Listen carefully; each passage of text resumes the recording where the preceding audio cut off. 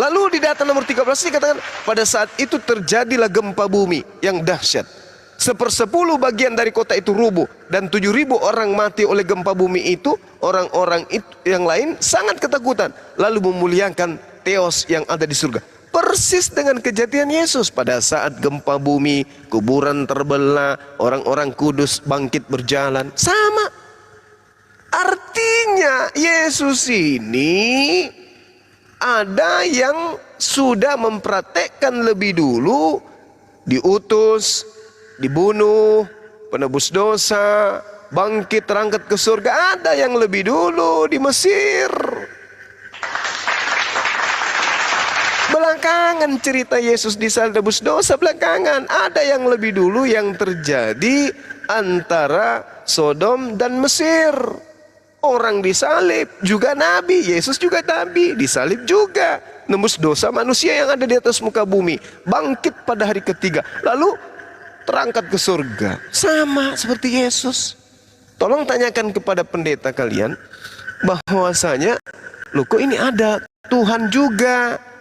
Karena di sana jelas sekali dikatakan bahwa Tuhan disalibkan, ya, dan bangkit pada hari ketiga. Dikatakan bahwasanya, dan mayat nabi tersebut akan terletak secara rohani disebut.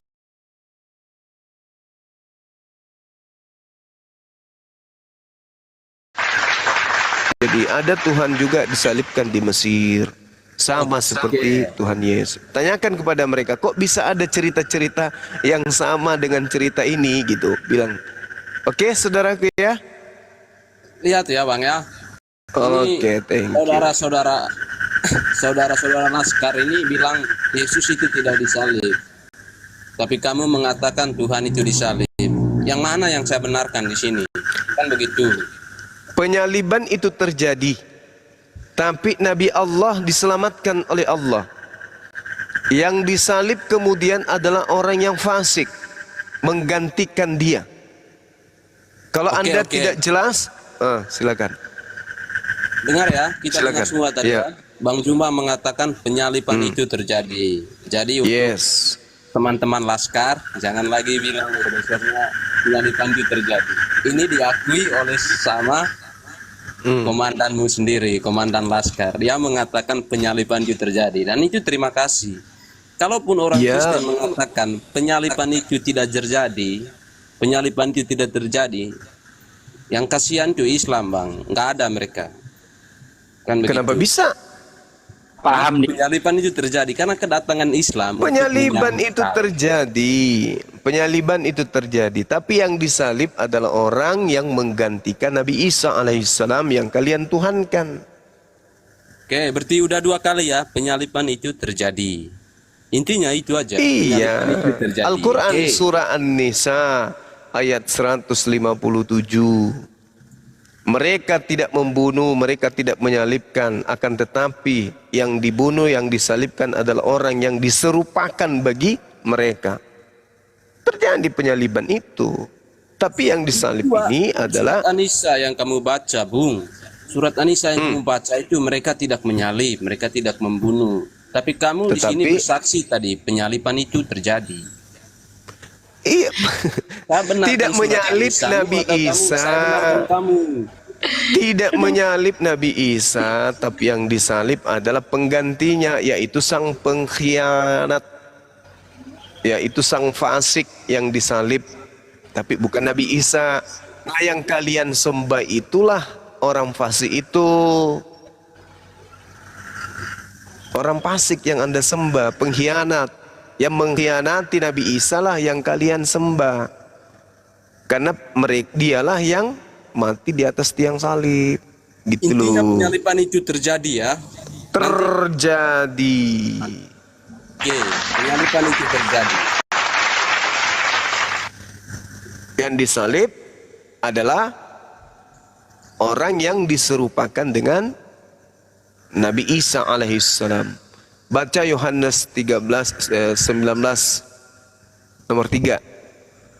Oke. Yesus melepaskan jubah lalu menggunakan kain lenan. Habis itu Anda baca Markus 14 nomor 50, 51, 52. Ada orang yang lari meloloskan diri menggunakan kain lenan. Siapa yang menggunakan kain lenan lolos dari penangkapan penyaliban?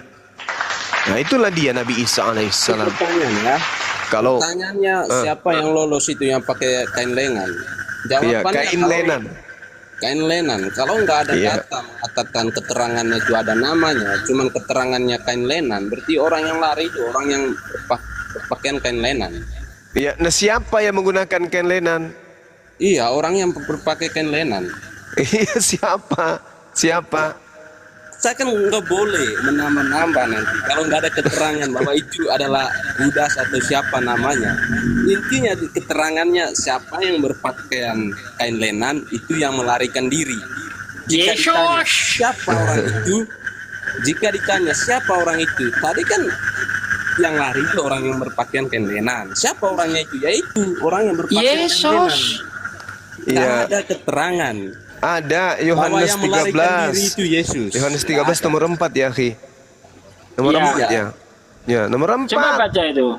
Iya, memang waktu itu kan Yesus menggunakan kain lenan. Tapi dia tidak melarikan diri waktu itu yang berpakaian lenan. Enggak ada keterangan Yesus melarikan diri. Markus 14 nomor 51 ya, Ki ya. Iya kan? Orang melarikan diri, melepaskan kain lenan, lalu meloloskan diri. Nah, siapa yang menggunakan kain lenan? Yesus. Yesus. Yang menggunakan kain lenan. Bentar ya Bang, saya lurusin. Yang menggunakan kain lenan adalah Yesus. Nah. Yang lari melepaskan kain lenan adalah bukan Yesus, karena Yesus yang menggunakan bukan melepaskan. Itu logikanya di sana, itu logika. Soalnya kita kalau di sini nggak bicara data. Karena kenapa nggak bicara data? Anda nggak punya data. Bagaimana dia mau melepaskan kalau dia nggak pakai kain lenan, bos ini gimana cara pikirnya? Ya, makanya itu antara saya sama anda nggak bisa membuktikan datanya. Makanya kita berlogika saja di sini sudah. Sekarang begini, saudara gini. Kalau misalnya nih ada orang terlapor, ada yang melakukan pemerkosaan, Pak. Kapan? Ya, semalam. Siapa aja yang ada di sana? Ada 3 orang yang kami tangkap dalam rumah yang sama. Di mana dia melakukan? Dia melakukan di kampung sebelah. Oke. Siapa aja yang ada di situ? Yang satu menggunakan handuk, yang satu menggunakan daster, yang satu menggunakan kain lenan. Yang melakukan pemerkosaan menggunakan handuk? Tidak, Pak. Menggunakan baju daster? Tidak, Pak. Menggunakan kain lenan? Iya, Pak. Kira-kira yang dituduh yang mana? Yang menggunakan handuk, kain lenan, atau yang pakai baju daster? Menurut saudara? Oke, ini mau mencoba. Berani jawab dia. Mau mencoba ya. Itu kan masalahnya itu kan yang didakwa itu kan orang pemerkosa. Ya kan? Tapi yang ditanya bukan orang pemerkosa, orang yang tidak pemerkosa. Sementara yang didakwa orang pemerkosa.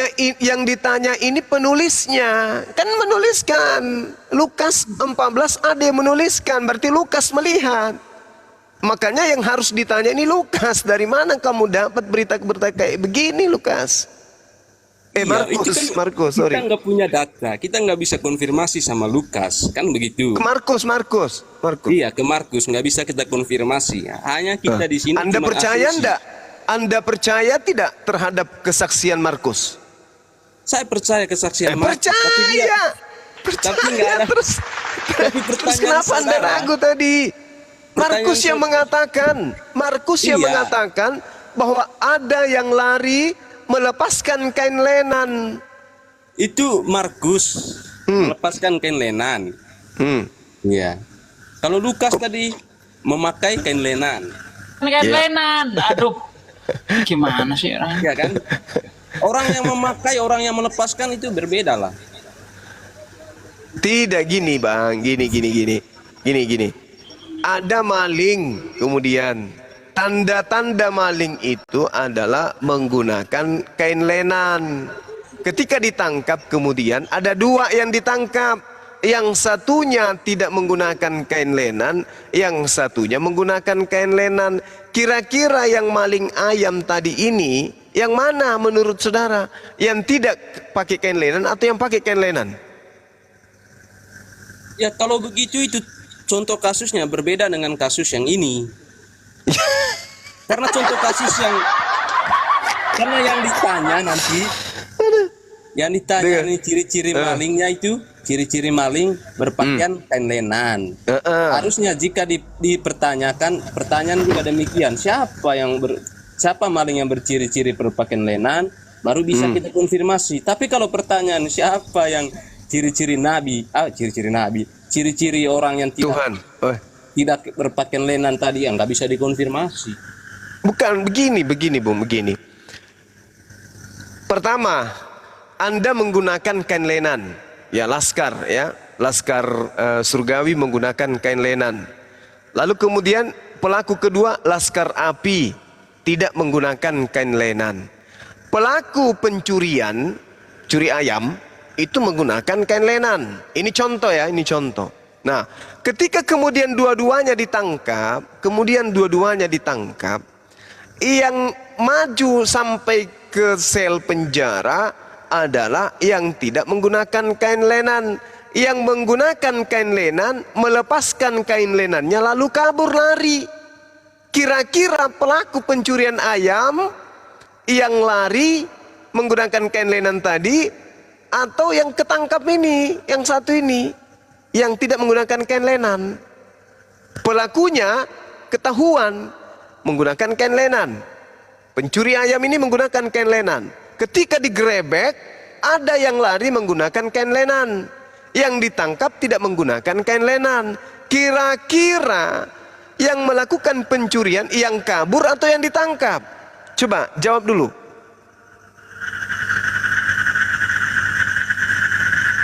Oke, dua oknum ini ya. Kalau dua oknum lebih parah lagi ini. Tadi kita bahas satu oknum, Yesus saja. Tapi kalau dua oknum lagi, dua oknum masih nggak bisa dikonfirmasi, apalagi satu oknum. Kan ada salah tangkap. Orang fasik menggantikan orang yang jujur. Amsal 8, Amsal 11 sama 8. Amsal 21:18. Orang fasik menggantikan orang jujur. Coba. Yesus jujur, Yudas fasik, Yudas pengkhianat. Kalau maksud dari Amsal itu, representasi pada Yesusnya apa? Yesus mengganti orang yang berdosa. Enggak nyambung. Orang berdosa pasti orang fasik lah. Ya. Orang-orang yang dikuasai oleh roh iblis, Yesus menggantikan sekarang mari kita jujur aja. Amsal 21 itu menceritakan jelas sekali bahwasanya orang jujur digantikan kemudian sama orang yang fasik. Itu yang tertulis di dalam Amsal. Oke? Orang fasik dipakai sebagai tebusan bagi orang yang benar, dan pengkhianat sebagai ganti orang yang jujur. Pertanyaan saya, yang mana yang pengkhianat, Yesus atau Yudas? Nah, kalau itu pengkhianat itu pasti Yudas. Cuman gini, yang Bang, mana yang jujur? Yang mana yang jujur, Yudas atau Yesus? Yesus. Kan Yesus. Tapi dalam misi orang pengkhianat digunakan sebagai penebus orang yang jujur.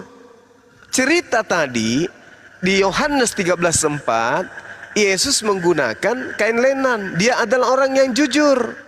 Ketika penangkapan terjadi, orang yang jujur ini melepaskan kain lenan lalu kabur. Yang ditangkap adalah orang yang fasik.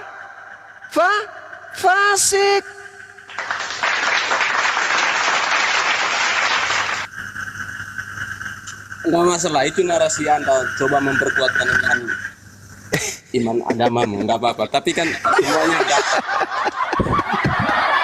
Itu tertulis Tapi dalam semuanya kitab. enggak.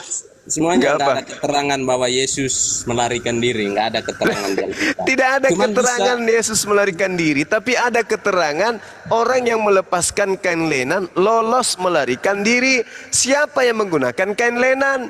Yesus. Kok susah kali, Bung? Yesus menggunakan kain lenan. Hmm. Sementara kamu mendakwa Yesus melepaskan kain lenan, itu kan namanya penghujatan. Ayatnya begitu, dalilnya begitu, bunyinya mau gimana? Iya. Sebentar ya. Dalilnya Bentar. gitu, Bos. Yesus menggunakan kain lenan. Kenapa kamu nggak menanyakan siapa yang menggunakan kain lenan? Kenapa nggak menanya seperti itu? Kenapa yang ditanya siapa yang melepaskan kain lenan? Yang menggunakan kain lenan Yesus, Yohanes 13 nomor 4. Berarti pertanyaannya harus gimana? Siapa yang menggunakan kain lenan? Kan begitu. Siapa yang menggunakan kain lenan? Jawaban saudara? Yesus. Yesus. Tapi siapa yang melepaskan kain lenan? Yang menggunakan kain lenan? Siapa yang melepaskan kain lenan? Yang menggunakan kain lenan? Berarti bukan melepaskan namanya itu. Dipakai dulu baru dilepaskan. Oke, itu asumsi liar. Wah, Itu asumsi liar. Allahu Itu Akbar, asumsi Masya liar. Allah. Enggak ada konfirmasi. Yukhadi'una Allah walladzina amanu wa ma yakhda'una illa anfusahum wa ma yasrun. Engkau ingin menipu Allah, menipu orang beriman, tapi sesungguhnya saudara hanya menipu diri Anda sendiri. Siapa yang menggunakan kain lenan? Yesus. Nah, siapa yang lari melepaskan kain lenan? Orang yang menggunakan kain lenan. Oh, itu tambahan Itu asumsi. jawabannya. Harus Siapa jawab itu. Siapa yang Itu melepaskan tuduhan kain namanya. lenan adalah orang yang sebelumnya menggunakan kain lenan. Betul atau tidak? Itu tuduhan. Kenapa Bukan, dijadikan saya tidak tuduhan? menuduh. Wah, Saya tidak tanpa la ilaha menuduh. illallah. Siapa yang menggunakan kain lenan? Yesus. Oke, siapa yang melepaskan kain lenan? Orang yang sebelumnya menggunakan kain lenan. Siapa yang menggunakan Yesus. kain lenan? Enggak begitu Yesus. caranya. Yesus. Enggak begitu caranya. Ada. Kayak Enggak Pak, memaksa, tapi enggak gitu. Bukan memaksa, tapi mencoba untuk mencolek akal saudara supaya berfungsi. Enggak gitu. Yohanes juga. 13:4, Yesus melepaskan jubahnya lalu menggunakan kain lenan. Ketika ada orang yang ditangkap, yang menangkap pun tidak mengenal Yesus. Kenapa bisa begitu? Karena Yudas mengatakan yang kucium itulah Yesus. Ketika Jangan mereka membe- datang, jangan ketika mereka membenarkan datang di dengan saksi dusta. Itu bukit nggak boleh. Getsemani, apa yang oknum Yesus katakan? Siapa yang kalian cari? Yudas menjawab, yang kucari adalah Yesus dari Nazaret. Apa kata orang itu? Akulah yang kau cari, akulah Yesus dari Nazaret. Nah, masakan Yudas tidak mengenal gurunya 33 tahun sama-sama? Yudas kemudian mundur ke belakang lalu terjatuh mereka semua. Ada apa? Masa gara-gara hanya mengatakan akulah Yesus, tiba-tiba dia mundur jatuh? Ada apa? Karena yang mereka lihat ini satu keajaiban yang terjadi, adanya oknum yang kemudian kok tiba-tiba ada terjadi kekacauan secepat itu. Maksudnya Yudas sendiri yang kemudian mencari Yesus, Yudas sendiri yang menjadi Yesus. Makanya prajurit itu mundur, kaget dan berjatuhan. Ada apa? Karena ada kejadian ajaib, mukjizat yang terjadi. Maka ditangkaplah si Yudas. Setelah di data nomor 50, ketika Yesus ditangkap, maka semua murid lari melarikan diri. Semua murid lari melarikan diri. Nah, ada ditangkap satu, yaitu Yesus. Tapi ketika semua orang melarikan diri, kok tiba-tiba ada yang berjalan di belakangnya, seorang anak muda menggunakan kain lenan. Siapa ini? Bukankah murid semua sudah lari? Lalu siapa yang berjalan di belakang orang yang ditangkap ini? Dialah yang menggunakan kain lenan. Siapa yang menggunakan kain lenan? Siapa? Siapa? Laskar. Laskar. Jawab saya. Siapa yang menggunakan kain lenan? Semangat. Siapa? Semangat Bang Abang ya, semangat. Yang menggunakan kain lenan siapa? Saya mau dengar dari mulut saudara. Siapa? Yang menggunakan lengan justru Yesus. Yesus, Masya Allah. Takbir. Allahu Akbar, Masya Allah. Berarti benarlah kata Quran, bahwa Al-Quran mengatakan beliau tidak disalibkan, tetapi yang disalib itu adalah orang fasik, pengkhianat yang menggantikan dirinya di atas tiang salib. Makanya coba Anda lihat, seumur-umur Yesus tidak pernah memanggil Tuhannya dengan sebutan Eli. Kok tiba-tiba ketika dia di atas salib dia teriak, Eli, Eli, lama sabachthani, Tuhanku, Tuhanku. Yesus tidak pernah memanggil Tuhannya dengan sebutan Eli.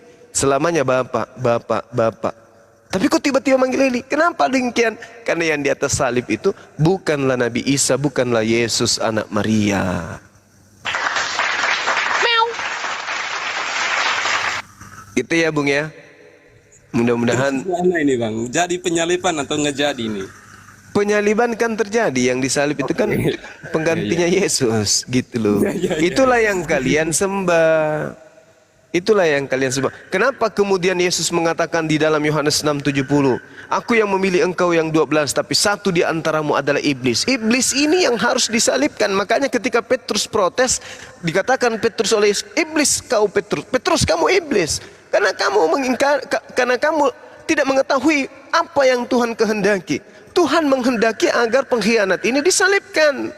Tuhan menghendaki agar iblis ini disalibkan. Iblis inilah yang Yesus katakan, iblislah yang menjadi bapakmu. Artinya, iblislah yang kau tuhankan. Coba Anda bayangkan kalau kronologis yang terjadi benar-benar Yesus yang meloloskan diri. Berarti yang Anda sembah adalah iblis kan? Kok bisa? Karena Yesus mengatakan Yudas itu adalah iblis. Di mana? Yohanes 6 nomor 70. Bukankah aku yang memilih engkau yang 12 orang ini? Tapi satu di antaramu adalah iblis. Siapa dia? Yudas. Berarti benar kata Yesus dalam Yohanes 8:44. Iblislah yang menjadi bapakmu. Coba. Berarti yang kau sembah itu Yudas. Yudas ini menurut Yesus adalah iblis. Makanya coba Anda lihat bagaimana Kristen. Sejauh perjalanan anak manusia dari abad pertama 2000 tahun, orang-orang Yahudi dengan orang-orang Kristen tidak bisa disatukan dalam konsep ketuhanan, tidak bisa disatukan dalam konsep ibadah, tidak bisa disatukan dalam kaidah kitab suci, tidak bisa disatukan dalam aspek apapun. Kristen tetap aja bidat di mata Yahudi. Kristen sibuk memuji Yahudi, memuji Israel siang malam, bahkan mereka rela membunuh orang demi untuk mendukung Israel.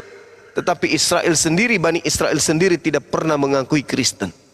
Coba, apa sebabnya? Karena yang disembah oleh Kristen, yaitu tadi, Yudas. Andai saja yang disalib itu adalah Mesias yang mereka tunggu, dalam arti kata Mesias dalam arti kata Al-Quran salah ya. Karena Mesias yang mereka tunggu sebenarnya itu adalah Nabi Isa yang diselamatkan oleh Allah, yang akan datang untuk yang kedua kalinya. Di mana ketika ia datang tidak ada satu Bani Israel pun yang tidak beriman kepadanya. Mesias yang ditunggu mereka itu adalah Nabi Isa yang mereka tolak, yang diselamatkan oleh Allah ke atas langit ketika ia datang. Nah, sekarang permasalahannya adalah ketika seandainya Nabi Isa benar-benar yang disalib, Yesus yang disalib, 2000 tahun pasti orang Yahudi itu akan menyadari ada aspek kebenaran, ada unsur kebenaran yang ditorehkan oleh kejadian penyaliban ini sebagai Mesias yang disalib. Tapi mereka tidak menemukan itu. Kalangan cendekiawan mereka, ahli Torah mereka, tidak menemukan sedikit pun titik terang bahwa Kristen itu adalah agama benar. Gak ada. Tetap aja kemudian Kristen ini dianggap bidat, bahkan dianggap sebagai Abu Dasorah, penyembah berhala. Sampai hari ini sudah 2000 tahun. Semakin lama semakin jauh dari Yahudi ajaran Kristen itu. Apalagi dengan munculnya sekte-sekte baru, mendudukkan Yesus sebagai Tuhan itu sendiri. Sebagai Nabi aja ditolak oleh tempatnya dia datang. Apatah lagi jadi Tuhan. Maka semakin jauh, semakin ditertawakan sama Yahudi Kristen itu. Bahkan diludahi kan. Oke, jadi gimana ini yang benar ini? Saya dudukan yang benar ini. Yang benar itu Nabi Isa atau Yesus anak Maria yang perawan ini diselamatkan oleh Allah ke langit, lalu yang disalibkan adalah yang mengkhianati dirinya. Cari siapa yang mengkhianati. Itulah yang Anda sembah. Anak Maria itu pernah berkata, Anak Maria pernah berkata dalam Matius pasal 17 nomor 22. Katanya ia akan terbunuh. Kan begitu. Itu kata, saya dudukan Yesus bagian dia aja dulu. Itu kata Nabi Yesus. Sekarang kata Nabi Juma, dia tidak terbunuh. Saya percaya Nabi yang mana ini? Nah, sekarang begini. Kalau Anda melantik saya menjadi Nabi, itu lebih parah lagi nanti. Bahaya itu. Matius 17 yang Anda bawa ini menarasikan apa di sana? Coba. Matius 17 ini nomor 22. Ini bukan narasi Matius ya, tapi perkataan Yesus sendiri. Nabi Yesus di sini mengatakan, bukankah anak manusia itu harus terbunuh? Ya, harus terbunuh. Sementara saya dengar di sini Nabi Juma mengatakan tidak terbunuh. Sekarang saya tanya, Yudas itu anak ayam atau anak manusia? Kan begitu. Oke, saya tanya dulu. Yudas ini anak ayam atau anak manusia? Yudas anak manusia tentunya. Oke, udah selesai kita. Lagian yang Anda katakan bukan pengakuan bukan tulisan Matius itu pengakuan Matius itu Anda keliru di situ. Pada waktu Yesus dan murid-muridnya bersama-sama di Galilea, ia berkata kepada mereka, ini karangan Matius. Anak manusia akan diserahkan ke dalam tangan manusia. Yudas anak manusia? Ya, anak manusia. Udah selesai. Mau kemana lagi? Mau kemana lagi kira-kira? Iya. Laskar berdatangan. Udah Juma, Jum, udah. Bang, kau diam bang, biar aku sama Juma aja. Oke. Nggak jadi. Lanjut. Kenapa? Dulu. Jadi. Kenapa dia turun? Mungkin teman-teman kita agak kepanasan. Ya. Saya cuma mendudukkan saja antara narasi Bang Juma sama narasi Yesus sendiri. Ya, anak manusia. Yudas anak manusia, nggak ada masalah. Kalau Yesus juga anak manusia. Yudas juga anak manusia. Sekarang permasalahannya adalah, apakah Yesus ini orang jujur? Orang jujur. Apakah Yesus ini orang benar? Orang benar. Nah, sedangkan Tuhan mengatakan di dalam Amsal 6 nomor 16, 6 kekejian, 6 perbuatan yang dibenci oleh Tuhan, bahkan 7 kekejian yang merupakan kekejian di dalam hati Tuhan. Di antaranya adalah membunuh orang yang tidak bersalah, membunuh orang yang jujur. Itu adalah sesuatu yang dibenci, itu adalah sesuatu yang dimurkai. Nah, sekarang murka tidak Tuhan kalau pengkhianat yang dibunuh? Tidak. Murka tidak Tuhan kalau orang fasik yang dibunuh? Tidak. Tapi kalau orang jujur, orang benar dibunuh, marah nggak Tuhan? Marah. Itu adalah hal yang merupakan kekejian bagi Tuhan. Amsal 6 Anda baca nomor 16 sampai nomor 17. Saya kalau membaca itu sampai saking sedihnya itu air hidung saya itu keluar. Berarti Yesus ini tidak boleh dibunuh karena dia ini orang benar. Sehingga ketika dikatakan bahwasanya jangan kau membunuh orang yang tidak bersalah, Yesus bersalah kagak? Tidak bersalah. Jangan kau membunuh orang yang benar, Yesus benar kagak? Benar.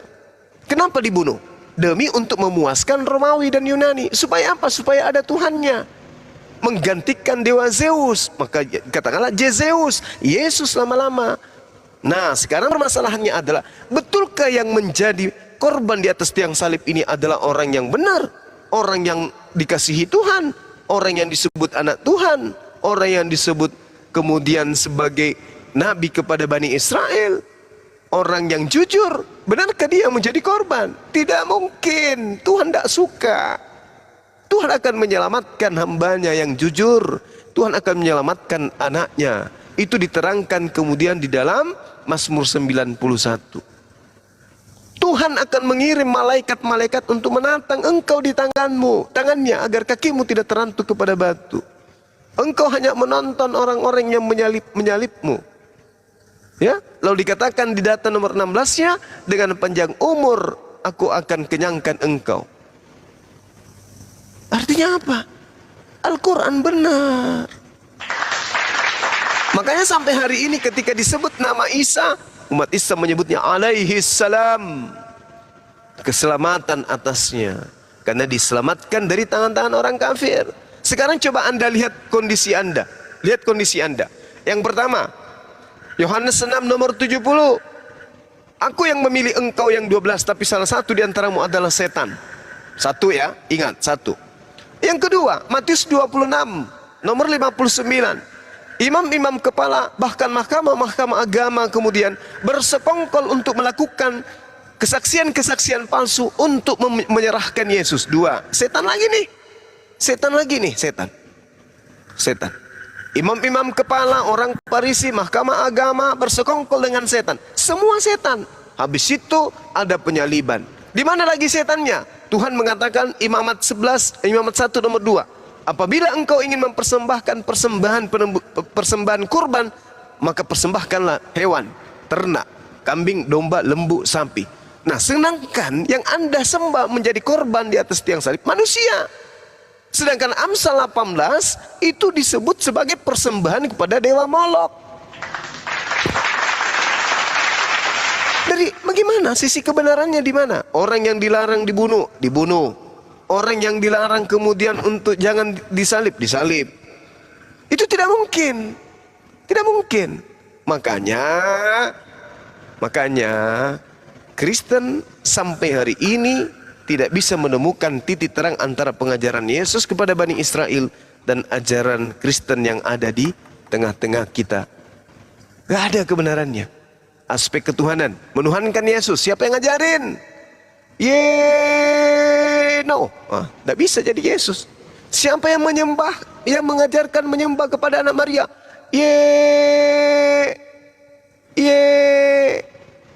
Nggak bisa, nggak bisa. Oke ya. Siapa yang mengajarkan kemudian ibadah hari Minggu? Nggak bisa. Kalau kita menyebut Yesus, fitnah dinya. Fitnah. Berarti yang mengajarkan orang lain. Berarti Kristen bukan ajaran Yesus. Gitu bang. Sederhana kok itu. Jadi pertanyaan saya bang, gini sama Bang Juma ini. Iya silakan. Ketika penyembahan dari kurban hewan atau binatang disembahkan untuk dewa Molok, jadi kapan kita sembahkan untuk sang ilahi? Kalau binatang sama dewa binatang dan hewan untuk dewa Molok, makanya misi penyaliban Yesus lah untuk menebus manusia untuk Tuhan. Ya nggak bisa. Karena binatang sudah diakuisisi sama dewa Molok, kan begitu narasinya. Bukan, yang mempersembahkan anak manusia itu kepada dewa itu adalah persembahan kepada Molok. Sementara Tuhan yang benar memerintahkan hambanya mempersembahkan kurban hewan, bukan kurban manusia. Jadi menurut abang, gimana cara kita menebus pendahulu kita yang mempersembahkan manusia? Bagaimana cerita persembahkan manusia? Itu ajaran dewa Molok itu. Iya, bagaimana kita cara mengampuni orang-orang yang sudah menyembah dewa Molok dengan pertumpahan darah manusia? Gimana cara kita mengampuni? Kan itu bagian misi dari Yesus kan? Misi dari Yesus untuk mengampuni penyembahan berhala yang sudah dahulu. Kayak seperti menyembah dewa Molok dengan darah manusia. Oh tidak, itu konsep dari saudara. Yesus tidak pernah mengajarkan menebus dosa manusia. Yesus tidak pernah mengajarkan itu. Itu konsep dari ajaran Kristen yang diawali dari kurban di atas tiang salib yang diajarkan kemudian sebagai penebusan dosa. Itu adanya di agama saudara. Yesus tidak mengajarkan itu. Bahkan kalau Anda baca Amsal 8 nomor 4, pergilah kepada imam, perlihatkanlah diri kalian kepada imam, persembahkanlah persembahan yang diperintahkan oleh Nabi Musa. Ini Yesus yang mengajarkan. mempersembahkan persembahan yang diperintahkan oleh Nabi Musa. Apa yang diperintahkan oleh Nabi Musa? Manusia atau hewan? Hewan. Berarti Yesus mengajarkan mempersembahkan hewan. Sudah terlalu banyak ilmu yang saya kasih kepada saudara Laskar Surgawi ini. Tapi masalahnya ada nggak alat di kepala Anda untuk memborong semua ilmu yang saya kasih? Yang sampai cuman oke aja. Jadi gini ya Bang Juma. Yesus dikenal di Alkitab itu Maha Pengampun. Jadi saya ingin bertanya kepada oknum Yesus itu, jika dia Maha Pengampun, bagaimanakah Yesus yang Maha Pengampun ini mengampuni nenek moyang kita atau pendahulu kita yang berbuat demikian? Tidak ada itu, Bung. Nggak ada. Yesus siapa mengampuni mereka nanti? Sementara Maha Pengampun itu ada dalam diri Yesus, tapi nyatanya tidak bisa. Tidak ada dalam diri Yesus itu Maha Mengampuni. Nggak ada. Itu ilmu dari mana lagi? Bukan Maha Pengampun Yesus ya di Alkitab yang dia katakan, aku mengampunimu. Tidak ada Yesus mengatakan aku mengampunimu. Ya Allah ya Karim. Yesus mengatakan, Bapa, ampunilah dosa mereka sebab mereka tidak mengetahui. Yesus tidak pernah mengampuni dosa. Yesus mengatakan gini, itu kan pengampunan itu masuk dalam ranah penghakiman. Yesus mengatakan gini dalam Yohanes pasal 5 nomor yang ke-22. Demikian firman Tuhan. Yesus berkata begini, Bapa tidak menghakimi siapapun. Rupanya Bapa ini bukan penghakim ya atas segala baik maupun atas segala buruk. Tapi Yesus berkata Bapa tidak menghakimi siapapun, melainkan penghakiman itu diberikan. Ya, diserahkan seluruhnya kepada anak. Nah, sekarang permasalahannya adalah kalau Anda cerdas belajar Bible, baca nomor 27-nya. Dan dia telah memberikan kuasa kepada Yesus untuk menghakimi. Sebab kenapa? Sebab Yesus adalah anak manusia. Bukti dia bukan Tuhan karena dia diberi kuasa. Segala sesuatu yang diberi kuasa itu bukan maha kuasa. Karena dia bukan maha kuasa, maka dia bukan Tuhan. Data yang Anda bawa, tolong baca nomor 27-nya. Jangan cuma baca satu data itu saja. Nomor 27, dan Tuhan telah memberikan kuasa kepada Yesus untuk menghakimi. Karena Yesus adalah anak manusia. Kalau dia adalah Tuhan itu sendiri, dia tidak akan diberi kuasa. Saya juga, Bung, kalau saya diberi kuasa, akan kuampuni dosa-dosamu, akan kuberikan apa yang kamu minta. Kalau aku diberi kuasa, Anda juga kalau yang Maha Pencipta langit dan bumi memberikan Anda kuasa, Anda juga bisa berkuasa. Kenapa? Karena diberikan. Yang memberikan siapa? Pencipta langit dan bumi. Sekarang kalau Anda diberi kewenangan, kuasa oleh negara untuk menjadi seorang perwira, berkuasa enggak Anda untuk menegakkan hukum? Berkuasa. Kenapa? Karena negara memberikan amanah kepada Anda menjadi aparat untuk menegakkan hukum. Oke, jadi kesimpulannya? Kesimpulannya, Yesus itu nabi, dia rasul yang diberi kuasa. Maksudnya gini Bang, kalau narasinya udah begitu, Yesus diberikan kuasa untuk mengampun.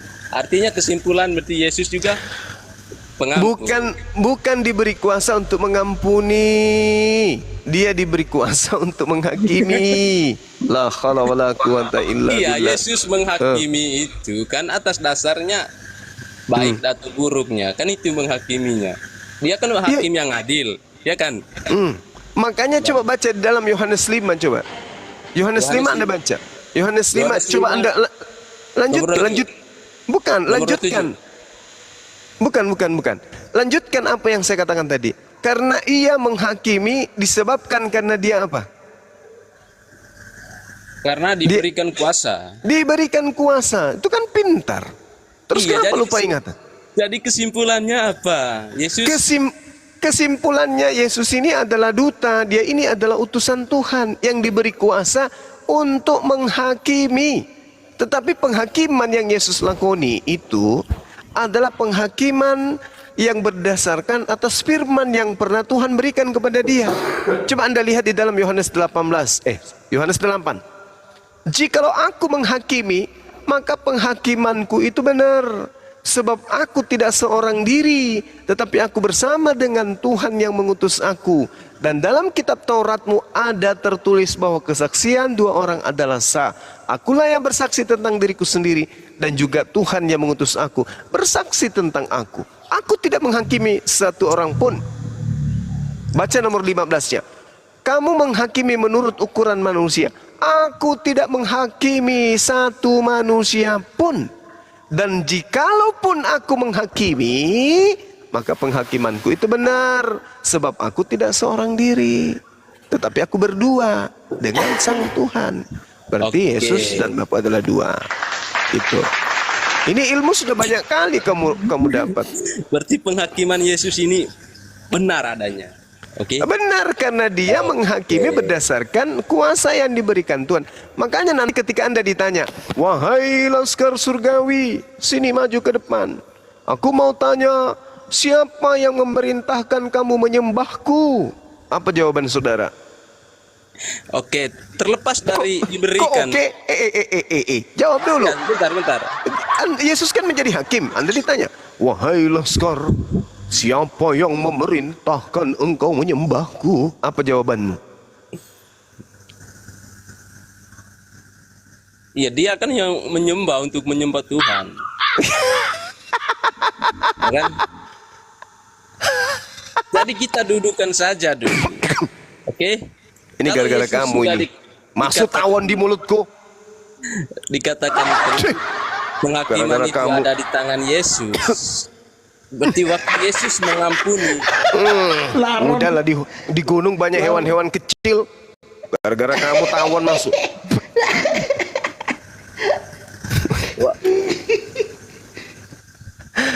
Oke, kamu ditanya, wahai laskar, atas perintah siapa kau menyembahku? Apa jawaban saudara? Jawabannya juga ada di Yohanes pasal 4. Pasal 4. Kami Yohanes menyembah pasal 4. apa yang kami kenal. Kamu menyembah apa yang tidak kamu kenal. Ayo. Iya itu. Ia yang ngajarkan untuk menyembah apa yang kenal. Yesus mengatakan kami menyembah. Nah, Untuk Yesus mengenal. menyembah siapa? Untuk Yesus pada saat dia datang ke tengah-tengah Bani Israel menyembah siapa? Yesus datang ke Ya, Bani Israel itu untuk menyembah- memperkenalkan.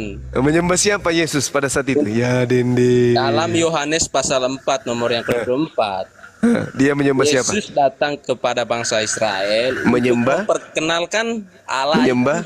Menyembah Allah, pintar. Ayo, ternyata Yesus mengajarkan menyembah Allah. Sementara Anda ditanya, wahai laskar, siapa yang mengajarkan engkau menyembah diriku anak Maria? Apa jawaban saudara? Suara kodok.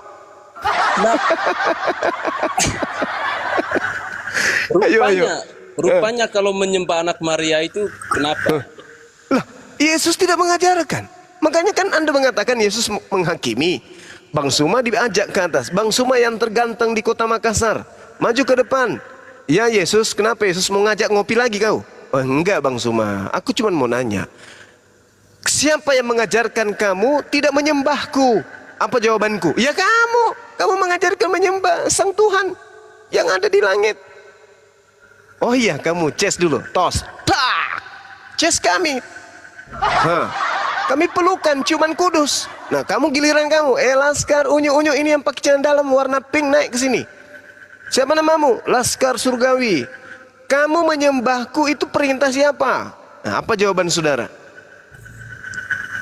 Tapi kamu percaya Allah yang mengutus Yesus juga? Takut saya terus Percaya nggak nih? Percaya nggak? Enggak, Allah saya yang mengutus Yesus. kamu ditanya. Wahai kamu, maju. Ini yang pakai celana dalam warna pink, maju. Kamu menghadap ke sini, jangan kuperlihatkan itu ada gambar-gambar bunga melati di celana dalammu. Menghadap ke sini. Ya, kutanya samamu sekarang. Siapa yang mengajarkan kamu menyembah aku, menyembah Yesus? Nah, apa jawaban saudara? Dia mengajarkan. Jadi Yesus mengajarkan untuk menyembah Allah. Ditanya apa, jawabnya apa? Allahu Akbar, Masya Allah. Kalau bertanya begini cuma, kalau pertanyaannya begini, bisa nggak kamu jujur nanti? Bisa nggak kamu jujur kali ini? Apa Bisa tuh? nggak kamu jujur kali ini? Iya, Oke, iya, saya iya. bertanya kepada kamu, percaya nggak? Kamu percaya nggak? Bapa yang Kamu mengutus Yesus? kalau kamu mau ikut ketawa aja, nggak usah tahan-tahan. Iya, ini aku ketawa juga. Allahu Akbar. Gimana Juma? Kamu percaya nggak Bapa yang mengutus Yesus? Percayalah Tuhan Percaya yang sebagai mengutus. apa? Percaya sebagai Tuhan pencipta langit dan bumi yang mengutus kemudian Nabi Isa atau Yesus yang datang kepada Bani Israel. Amsal 3 nomor 11 nomor 12. Orang-orang yang ya betul. Tuhan Berarti yang mengutus para nabi itu adalah Kau Tuhanku. murtad sudah. Kau Ya. murtad sudah. Kau murtad pula. Karena Yang alamu dejat Juma, bukan roh. Kau mengakui Bapaknya Yesus, kau murtad sudah. Salah.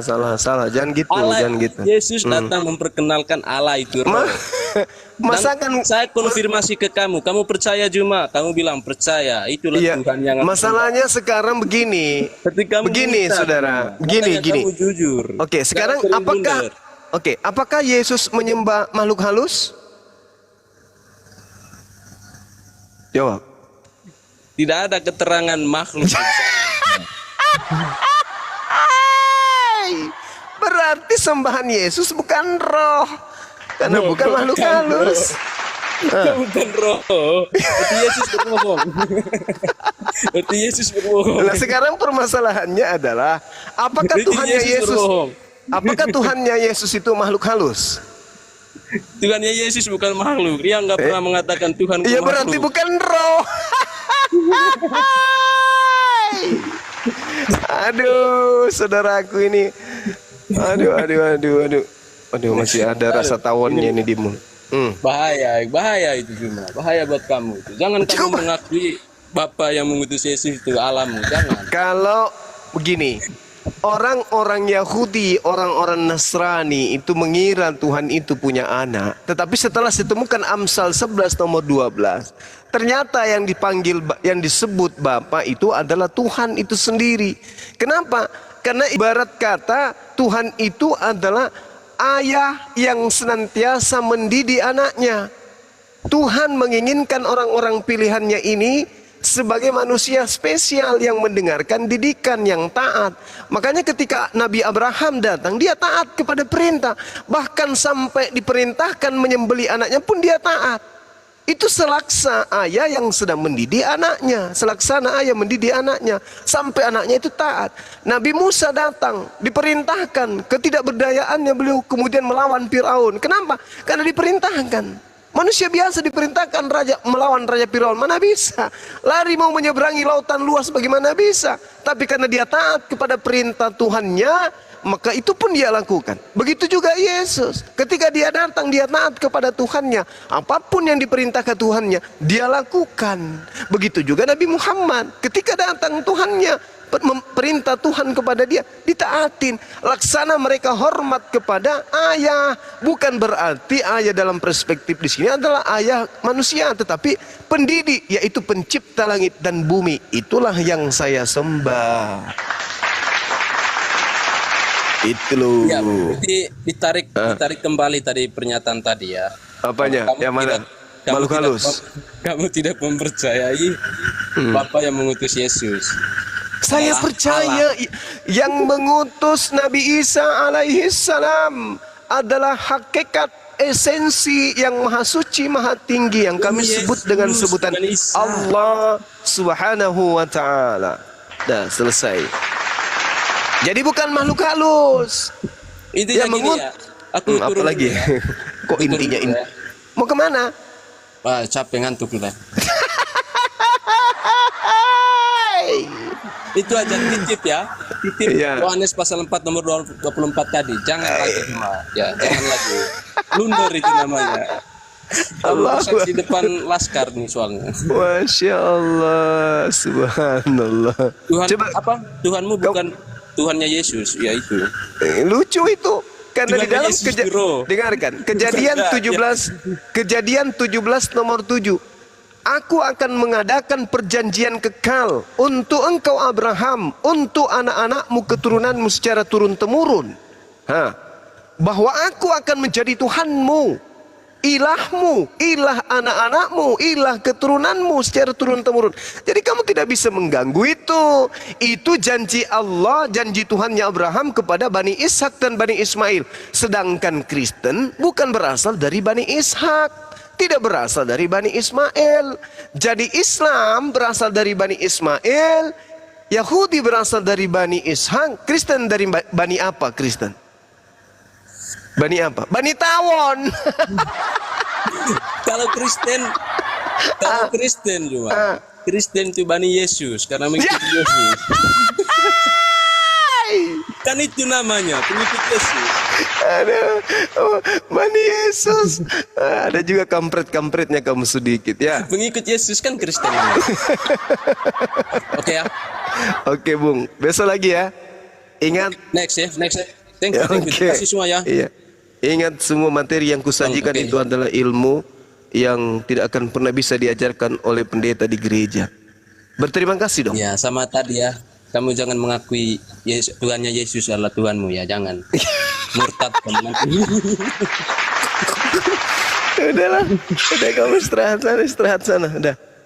Istirahat, jangan lupa pakai kondom. Istirahat. Allahu Akbar, Masya Allah. Ini orang sudah pada tertidur semua kayaknya di sini. Huha, bangun. Huha, bangun. Bangun tahajud.